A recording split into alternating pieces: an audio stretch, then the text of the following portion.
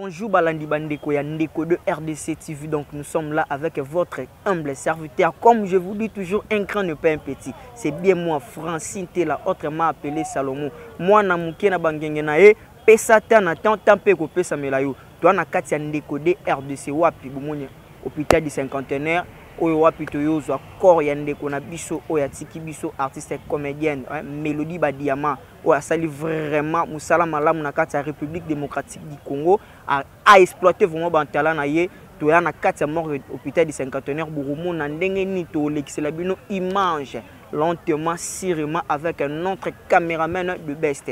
Hein? Abonnez-vous massivement dans notre chaîne YouTube. Vous allez de suite tout ça awa na kati hôpital du cinquantenaire image oyo koleka. Si na cimetière te promettre bien que non ba image bien kozala rythme beaucoup son appel simbote siko ozali na bosanité koko na ngamoko Flavia Zinga na France na simbote. Abonnez-vous massivement dans notre chaîne à suivre. Bonjour. Bon, mes condoléances d'abord. Merci beaucoup. Tout le monde a un morgue à cinquantenaire oui comme ça encore il y a Mélodie Badiama. Oui.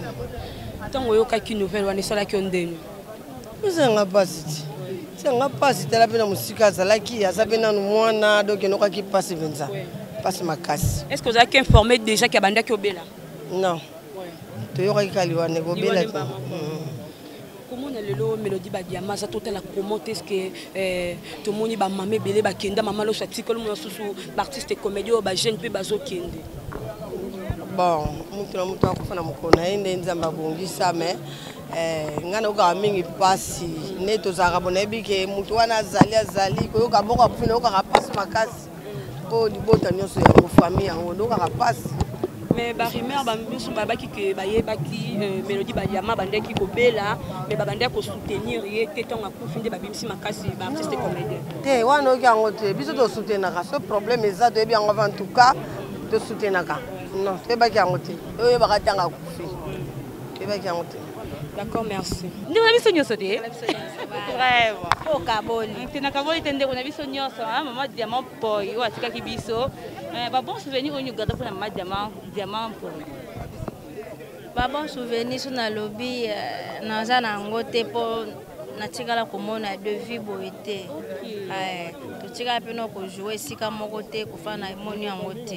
Mais on a na bon souvenir nanga ezaka ke azalaki élément moko na scène ya makasi. Voilà.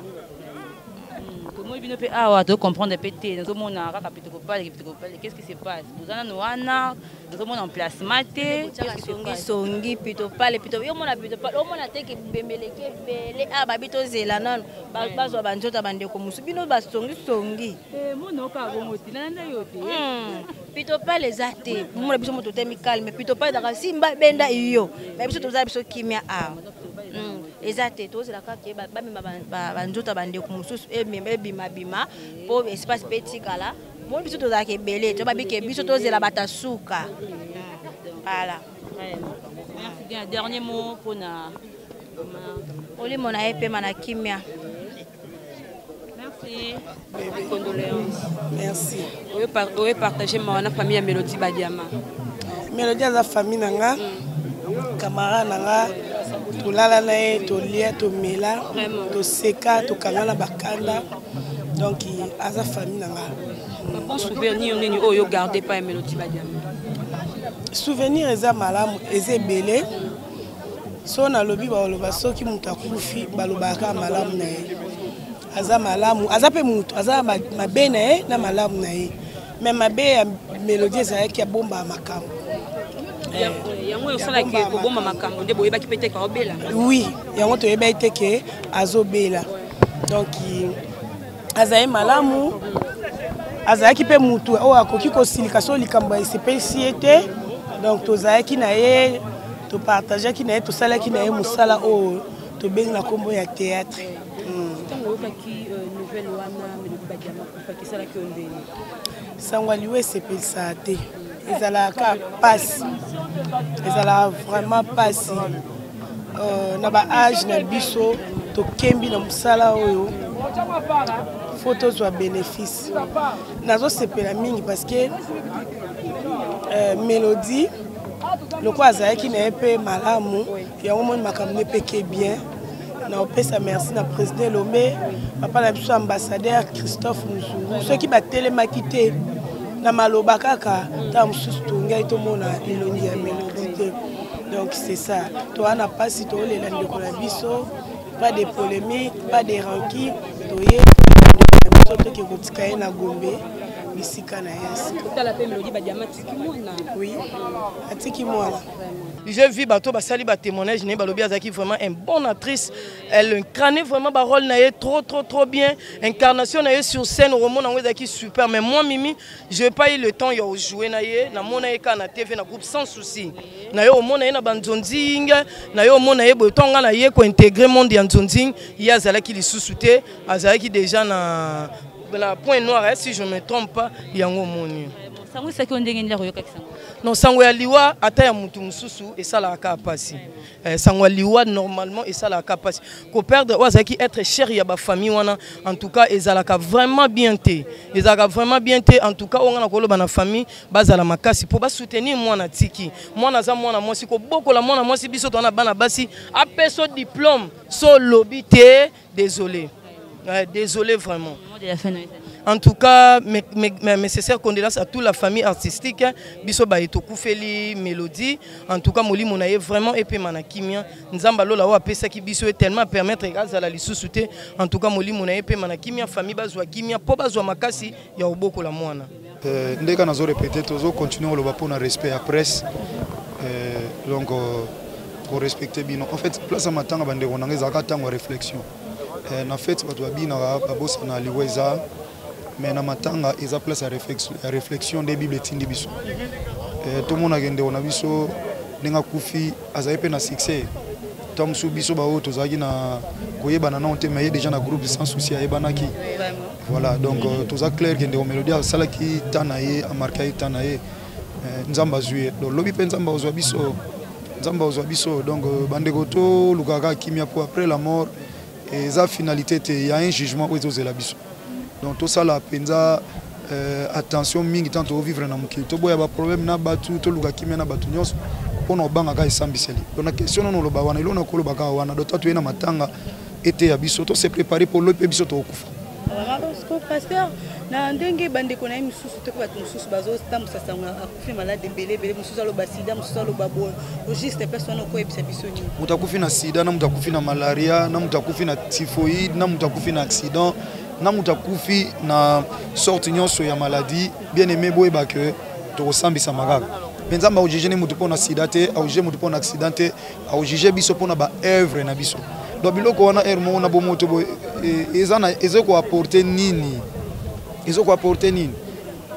eza la vraie ou faux ezoko apporter nini bande ko na ngai mais pipi mutu sa kufi bo ojuger par rapport à nietkali jugement ya nzambe to sunga na tanto zana bo moi to salisana pour que to sunga bande ko loyi bakoya na piège monguna te mais pour ça babilo wande ngona bon il faut qu'ils ala ta mutu na église mais ebinde nzambe te parce que kolobaka mabe pona muninga pour gagner quoi après et ça vous préparer qu'à en faire voilà donc c'est pas bien merci qui nazo ta refanda na ya ko jouer na scène moko en tout cas na kosi nga na théâtre ya ki ko ça déjà ça voyager déjà na ba voyage na banda okende mboka donc en tout cas na yebi ka de loin na banda ko apprécier de loin ko yeba vraiment comme tel en tout cas na tikala yeba été na zo pena chance wana te regret na makasi ça ngwana. Ah d'accord, mais est-ce que yo qui au courant à cause ya mon parce que c'est interprété de manière rebelle est-ce que les gens disent beaucoup de choses comme les qui aiment dire je préfère me taire parce que ça devant médias mais est-ce que yo qui ba cause ya mon ah bon net wana ngana oyeba te pourquoi parce que ngana yebi kazaki malade donc bato boye ba lo rebomier penza so les médecins ba ne retraité na hôpital wana et puis membre famille donc ngana membre famille te donc na membre famille mais théâtre membre de la famille biologique n'est peut-être pas coïbé l'oni mais la liwa mais consciemment par là bonnet ngana habité surtout te bika ke babé zaki malaria typhoïde je crois non ouais justement ah ezelo ko ngana bika ngona. Ok, mais atiki moi na moko. Est-ce que solidarité avec artiste c'est ça qui tout battre la moi tout assister moi Si, bien sûr artiste c'est ce qui est sûr santé ba ozalara wana to soutenir moi même de loin de près que soutenir mo ozalara na mbongo te financièrement te même spirituellement parlant on peut prier pour la fille c'est un problème te mais je crois que famille na epé zali ba otsa loboko. D'accord. Donc c'est ça. Et c'est quoi tes derniers mots par rapport à Lelo Ndokunde parce que Ndokunde Lelo je pense. Je présente mes sincères condoléances à sa famille biologique. La présenter ma condoléance à l'artiste et comédien Nyonso. ngamo pe na kati. En tout cas, ils a pas si, mais en tout cas, c'est le bon Dieu qui décide. La Bible a dit toute autorité vient de Dieu. Donc, son Nzambe a permis de koufa serre et mora Bible pourquoi. Donc tout tika na soko luka de gauche à droite ou a koufe pour nini ou a belaki na maladie tel. Moi je pense que les assuns et servi ne l'ont monté. Pour l'euro besoin de ngato ou la table surtout bando luka, maladie n'est dérangé, mouton déjà ça koufi na déjà. Ata to yebi cause bomi. Ata to yebi maladie et servi une na grande chose c'est parce que ça koufi. Donc tout le gâteau kundaye en paix, on a cette tika les va fitélité parce que au tika le suko zonga te. Vraiment mes condoléances na famille biologique, famille artistique, batutu ba lingaka biso. Mes condoléances na bango, mes condoléances na biso. Oeza important. Atanga mélodie yé. Voilà. Tolé la mélodie na Kisasa. Et réalité oezoleka awa na réalité oeza kuna libanda eza différent. Oeza important to bundi entre nous. Ba mama ba simbani ba sensibiliser biso ba papa et na ba konzi na biso ba sungara biso nde lelo ndeko na biso to lele na Kisasa. Vraiment to lele na Kisasa pour vous signaler déjà organisation to moni en vraiment kitoko na matanga nyonso organisation ya boeza la tête to moni vraiment ya mélodie au sali effort correyé pourquoi cette différence là? Non, cette différence sauf que mélodie a libanda mbo na éviter ceux qui mélodie bakunda qui kuna est-ce que interview boelingoza la ti mais oeza effort to ebi kende kona biso aza artiste le roi biso ebi kende kona biso ndenga za wana toza censé to lela ye biso nyonso parce que yebani na bandeko ebele parce que aza na bato ebele o balingaka ye aza pe na famille awa ya munene on a Pointe Noire famille so eza ekozala kaka moko to mibale mais la plupart majorité eza Kisasa awa donc il fallait kaka corps na ye eya pour que to lela ye ensemble eza ke biso na biso to simbani to sengi aide yango wana omoni lelo to lela mélodie awa j'espère na ba fan na mélodie mususu baza awa nakutana mutu moko ebisinga na rafan no papa maswaku mais nando linga mélodie makasi aye ko assister kuna linga zaka ba kinois na ba kinoise diaspora na biso ba na Pointe Noire mais nde moi lecture au monde moi population ebele j'espère tam monsieur linga zaka papa maswaku kotala lelo mélodie a travailler qui pe na groupe sans souci mo kilingonga pe ya sonam mais tout le monde est absent, ça va nous connaître trop. Il y a gros bazar, la liste peut bimi, va contribuer, mais groupe ne contribue pas. En tout cas, on a évité organisation ni bango bazo sala parce que ça moi na bango. Mélodie alongwa qui peut pour ça qui groupe na. Donc na moni fleur bango qui manko ya ba organisateur au ba télémaki parmi ba maman ça peut moi na ya sans souci. Il y a des faits sans souci. Donc bongisa côté wana to lo bateke ba abandonner ba sali boye non to yebite nini bango ba bongisi parce que mélodie a keme moi naza azali très bien tu vois donc moi naza to limiter bande côté j'espère na moni bande ko belé musu baza acteur sans souci baza pe moko o baza ki na mélodie donc voilà mais adage musu elobama ici sopani mai so sopani moyo ko lo rotango za rajouter donc toye tolela elongo na famille biologique na ye biso pe famille artistique nde toye tolela na bango yo c'est ça remerciement na o to monya ko ka fek na Pointe Noire za musika mais quand o lowe Pointe Noire e payer Kinshasa remerciement na on a évité les ba fanatique ba c'est l'effort les familles c'est l'effort to bino ba collègue bon premièrement nous artistes c'est tous qui mobiliser mobilisation na biso na oyo biso to contribuer ki na bato libanda pe artiste mso libanda va contribuer bandeko pe basungaka biso bazanga kocha maboko te donc yango elakisi effort wana ekende liboso parce que kolongola déjà corps na mboka libanda koya nango na Kinshasa eza vraiment jeté to so organizaki donc tozalaki bomoko yango esengaki corps ya donc bravo na artiste nyonso bravo pe na ba ndeko nyonso ba edaki biso po to sala acte wana lelo tozo kendo kunda ye nzambe azwaka lokumu, c'est ça. Mais le tomoni mélodie atiki mwana moko aza mokie mwana lo atiki na choc moko maman aboti aza lisuite nayebi te okoloba nini mpona bafani nyonso balinga mélodie badiama asala bafilme esepelisa bango abwaka mpe bango mais lelo atiki mwana aza mokie il faut atanga il faut alia eza pasi eza facile te mwana amesaki na mama lelo amona suku mama na ye te okoloba nini mpona bafani bon premièrement nanu eza facilité ce na oloba eza facilité biso toperda bamama na bapapa avant ya koyeba koluka ezalaka facilité mpona biso sikoyo ya atikali mpena moke donc nga na kosenga kaka na organisation esalaki ke ebembe longwa point noir eya na bandeko basungaka biso ya libanda tomeka korefléchir nao mpona mwana parce que omoni koede mutu baoblige yango mutu te mais mutu azalaka na motema koede toujours aedaka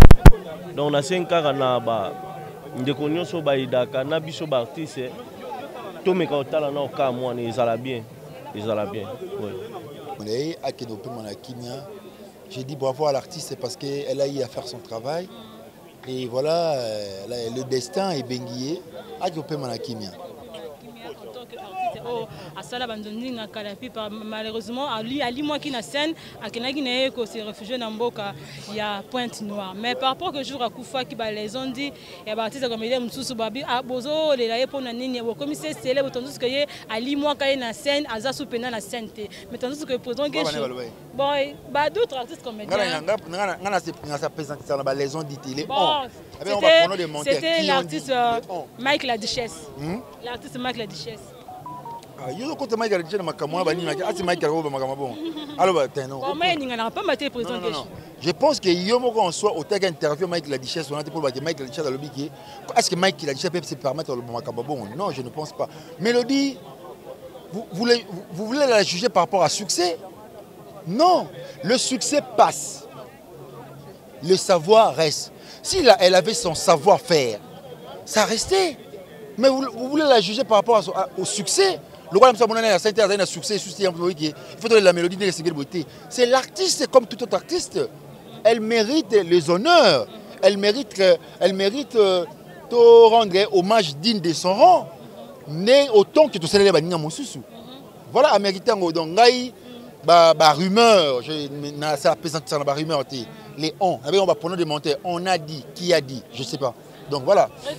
Un petit mot par rapport à moi, la mélodie Badiamant, à Autotica. Moi, la mouké 8 ans, Coco fait la peine, maman, à 8 ans, ça moi pas si en tant que papa, au gros, moi, le basouka par rapport à moi, la mélodie Badiamant. Les dieux des orphelins a envoyé sourire.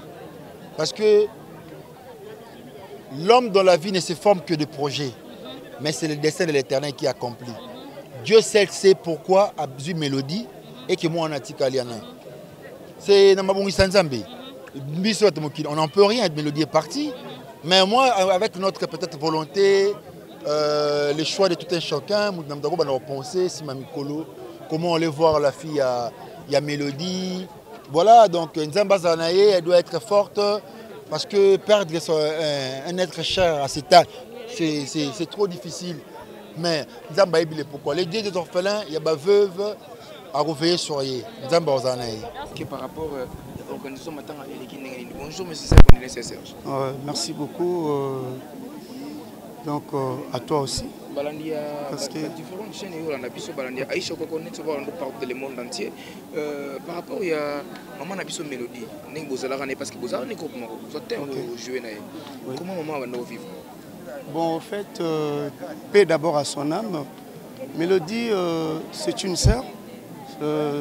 Azaki Pena a quatre famille, moi au sein du groupe Sans Souci, de jouer dans film belé, Azala qui cool, aimable de tous, donc c'était une bonne personne, voilà. Carnet vraiment état qui metteur en scène, état qui répétiteur. Bon, au fait, au sein du groupe Sans Souci, je n'étais pas le metteur en scène, j'étais le directeur artistique du groupe. Le metteur en scène, c'était lui-même, et en même temps notre réalisateur aussi. Mélodie, elle a multiples rôles.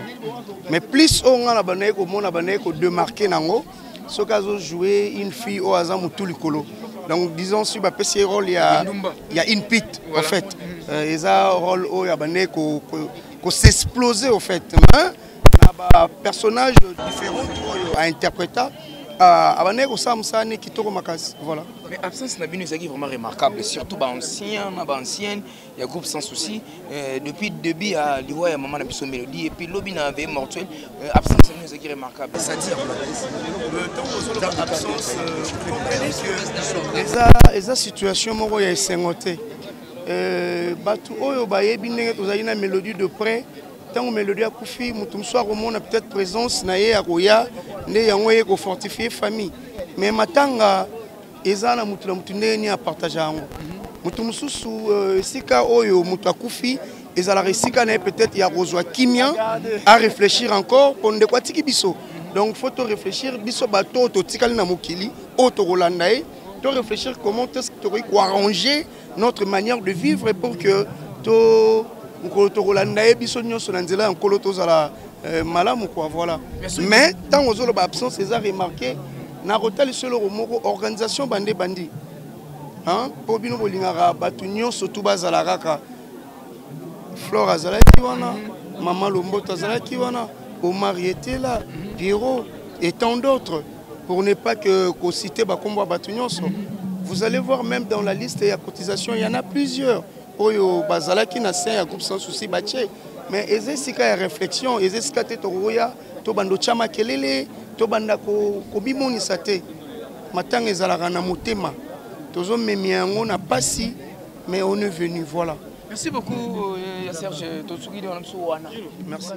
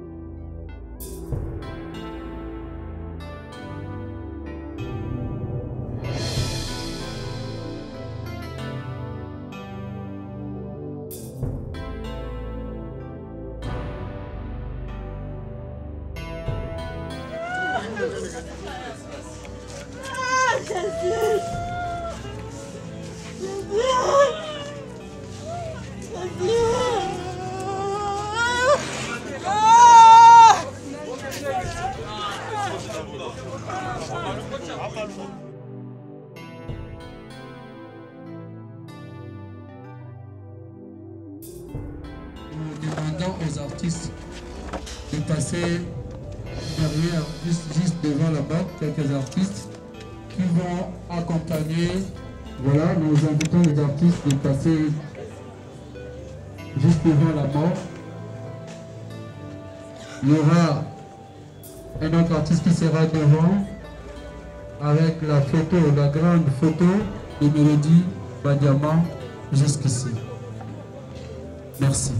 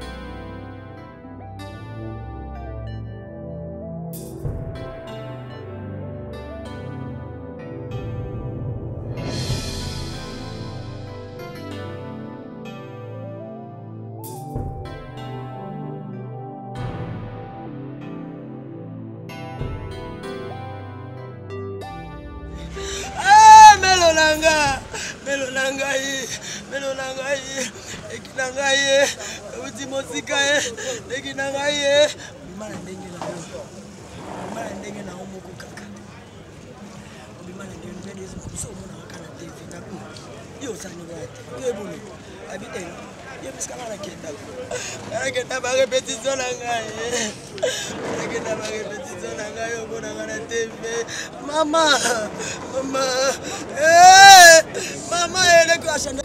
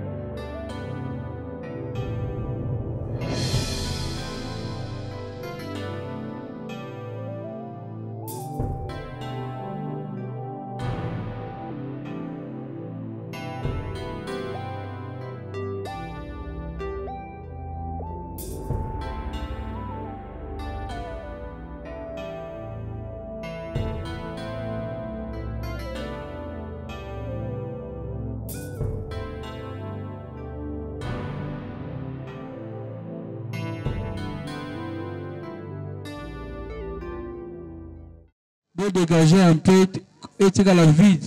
Notre union sera dans la cérémonie na kimia. On a, si vous voulez de l'entendre, non, ne bougez pas, je reviens. Comme nous savons tous, si nous sommes ici, c'est parce que nous sommes venus rendre hommage à une personne chère pour nous tous. D'après sa biographie, de son vrai nom, Mpoi Nicole, fille de Papa Mpoi Moyele Antoine qui nous a quittés, qui est décédé. Tokutani awa pona ndeko na biso Nicole. Yango tolingi to sambela po Nzambe accordé grâce na ye likolo na ye pe kopesa kimia na famille ezoki makasi. Amen. Ya solo Nzambe ozali Nzambe obongwani te okotikala Nzambe. Nzambe toye awa ezali po opesa biso ke moko na moko amitala atala lobi akozala wapi.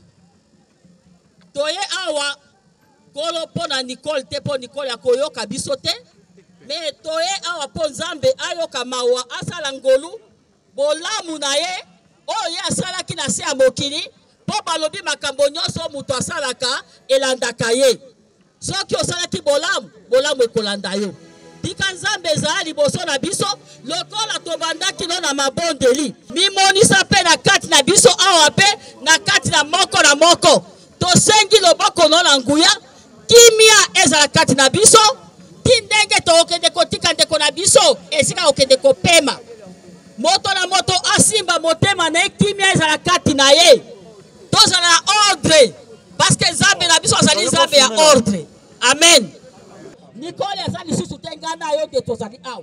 Soki bafongoli cercueil wana pe opesa ebise azalaki moninga na yo okopesa ebise le susu te akomi privé a changer identité azalaki moto me babenge mokufi bo biloko nyonso ezala kati na ye ekufi ekobouge te enga na yo tozali wapi tokoleka ozala ndako zomi bakopesa ka 2 mètres na se ya mabele bakunona ndako te ozala mituka 50 boko kande kumema yo bakunona mituka te oyo azala matoya koyoka ayoka donc ozole de famille oyo ezoki parce que pote etikali kati na bango kaka molimo mosantu buta kopesa bango kimia pe tokende kotika ndeko na biso na kimia esika okende ko pema Nzambe apambola bino.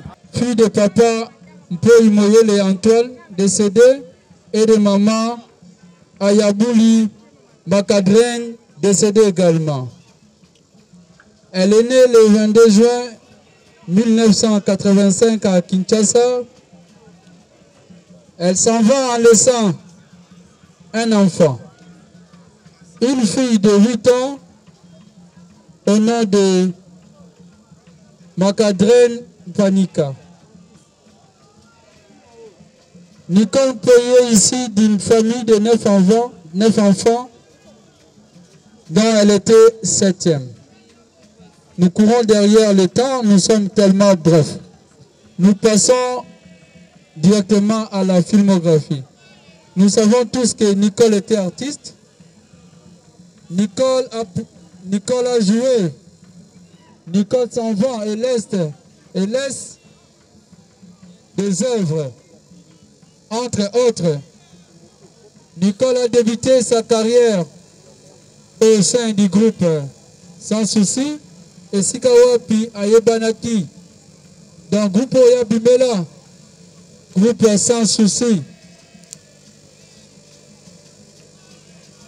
Au sein du groupe Sans Souci, Nicole a sali ma pièce, ma film le cola, livre sacré, malédiction, famille Yanani, Makila Yanani, complot, Zumbuluke, Toyebite, cadeau surprise, Kebana surprise, Ponanini Boye et tant d'autres. Nicole, en quittant le groupe Sans Souci, a fait aussi un tour, a travaillé dans le cadre à Nzonzing avec Bandekoya Pléade. Là, je vois Masebe. Au sein du groupe Wana, a sali ba pièce lokola, chocolat partout, na sekate serpent le boa mosakoli toyebi Nicole mingi pe na nzonzing asali ba pièce wa film ebele entre autres bord ezanga kombo au sein du groupe Les Amis avec le producteur major et tant d'autres. Nicole avait créé également un groupe. Nicole a salakipé groupe naye. Na kombo ya on dit quoi de mélodie. En 2012, au siège nango ezalaki na paroisse Saint-Raphaël. Na kati ya groupe oya salaki on dit quoi de mélodie. Oh, le lopé tomoni bactère bazali awa ba ko rendre hommage na présidente na bango na maman na bango basali ba pièce lokola Zoladio passe ya locataire mobali bébé mélodie ba diamant. Nous passons directement na témoignage. Vous savez Tozopesa kaka 3 personnes pour la témoignage, vous allez nous pousser 1 minute. Moko akohuta na libota, moko akohuta na baninga na ya mosala ba artiste comédien, et moko akohuta na ba camarade na ye oyo bazalaki na ye longo. Sans plus tarder, nous appelons un membre de la famille pour témoigner. Na kombo ya mwana na bango pona mwana na bango Nicole Poyi Mélodie Badiama. Merci. Elle était vraiment une amie pour moi. On partageait tout. Azalaki moto na banaye ko partager na ye abanaye ko partager na nga pe ba secret na ye. Elongwaki camarade na ye akomisaki artiste na ye o bato ebele bayebi nga na groupe ya les étoiles de Bopo eza Mélodie Badiama nde abimisanga na TV muta liboso na filme na ye Zoladio oyo atiaka nga comme principal. Mélodie, elle était une fille très sociale. Tu bato ebele bayeba ye Mélodie bien te, elle était très sociale et puis abandaki kolinga mona muta souffrir te. Je me rappelle encore en 2012, on a côté un groupe né, je passais de moments de vache maigre. Oh, vraiment, on a bandaki pour souffrir. Ce qui Mélodie a simba qui n'a pas de la théâtre, peut-être c'est dans ça la AVC. Mélodie a commencé à niveau, ce qui a la télé là-bas, il faut que la télé là-bas n'engmoko. Je crois qu'on a joué la famille na epi. Même si na mafuta abane ko lingata molanga na indi o kamirei o indi boye pona nini o komona ozwa mbongo apesinga somba mafuta. Donc cette dame que vous voyez o alali lelo azala bateau balingaki ye azala bateau ba molaka e bolamo ata lelo bato ba traiter Mélodie ya kufina sida.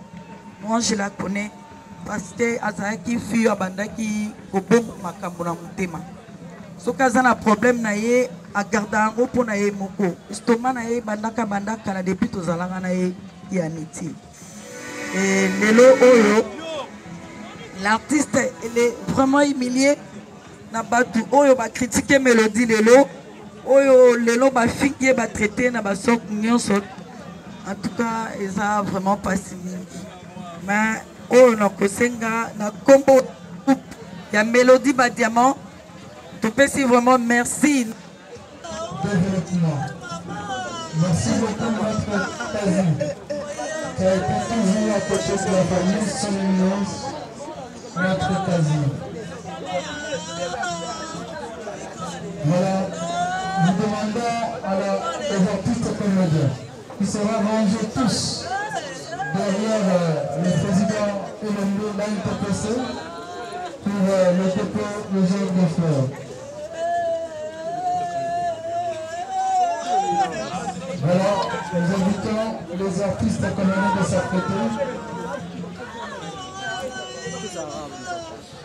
Voilà, il y a une déposée au genre de fleurs, notre Kazi, son éminence. Il est toujours à côté de sa famille. Voilà. Nicole est une sœur, une petite sœur. Nous invitons les artistes comédiens.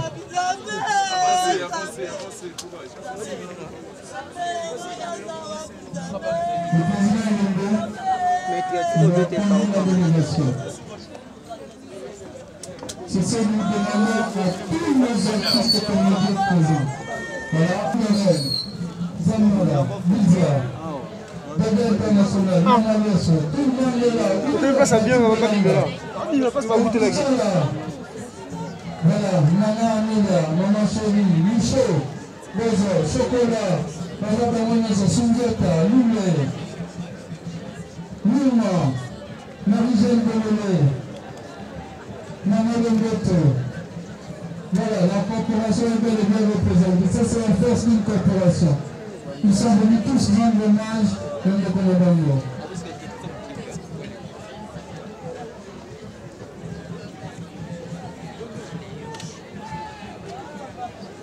Omé, Mukamba, Petra Pepi,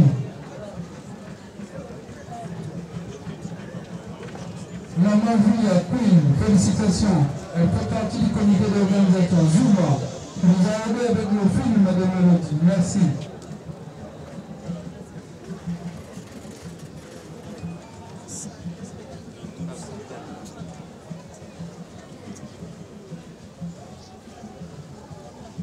Voilà, merci beaucoup, Maman Epeda. Fleur Bango, elle fait également partie de l'organisation. Allez Mabana. Voilà, ça c'est la grande famille.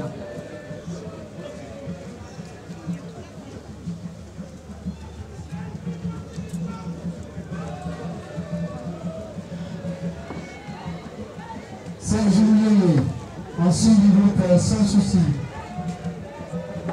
Tim Dengange, Boujou Levita, Dalé. Voilà, ça c'est la corporation.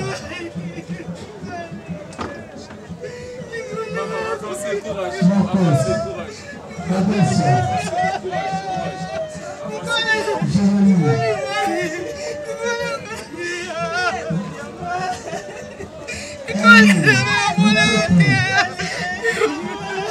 Nakala, Laetitia Moulala, Amanida.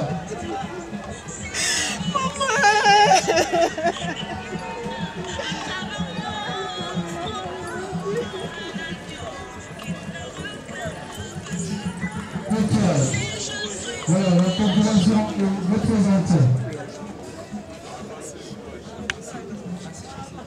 Merci d'être là, navigateur. Ça c'est la corporation.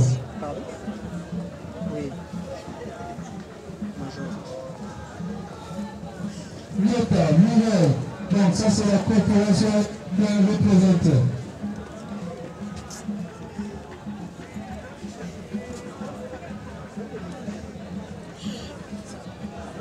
Sephora, plus, le bon samaritain, sa famille, la Vakala, votre business. Voilà, ça c'est la corporation qui est ainsi que la jeune génération. Voilà, ils sont là. Voilà, la famille Sans Souci est représentée par Fafi Faron. Merci d'être là.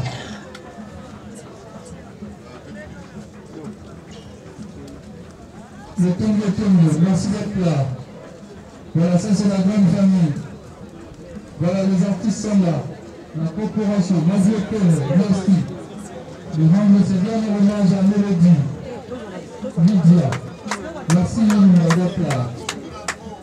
Mireille. Bienvenue.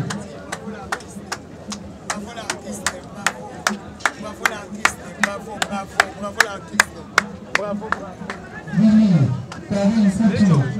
Voilà, ça c'est la corporation Elko. Oufekou. Martini Mosanto. Merci d'être là. Babou, merci d'être là. Ça c'est la corporation, la force d'une corporation. Renate Mfekou, le Santou Martini. Merci d'être là. Ça, c'est la force d'une coopération.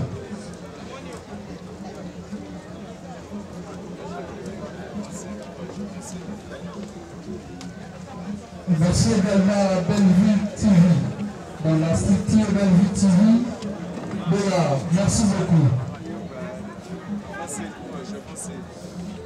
Famille Catalogue TV News, merci de votre accompagnement. Nous appelons la Fondation Ekoki de Gilles à côté de sa côté. Cora Boboto également. La Fondation Boboto, peut-être dans 5 minutes pour nous encore. Fondation Boboto. Voilà, le couple Caleb vont déposer un genre de fleurs. Merci d'être là, Madame Kavira Toubena. Voilà, avancez, la chorale Boboto. La Fondation Ekoki de Gilles. Merci beaucoup, Président Caleb. Louis est très content.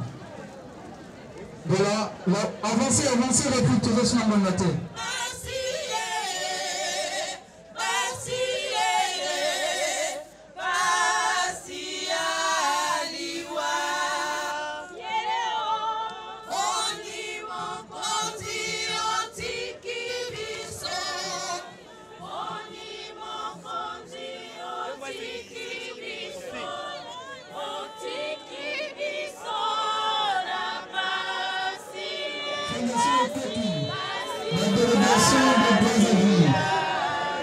La délégation de Brazzaville.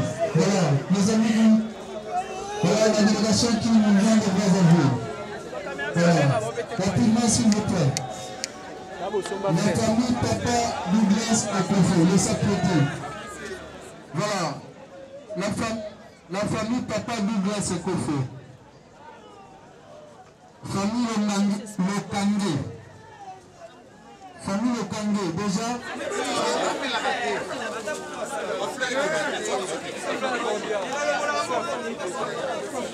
Mais après, il a fait la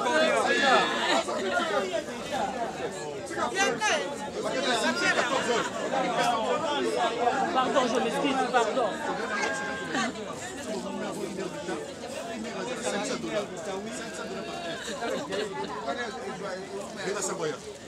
À venir.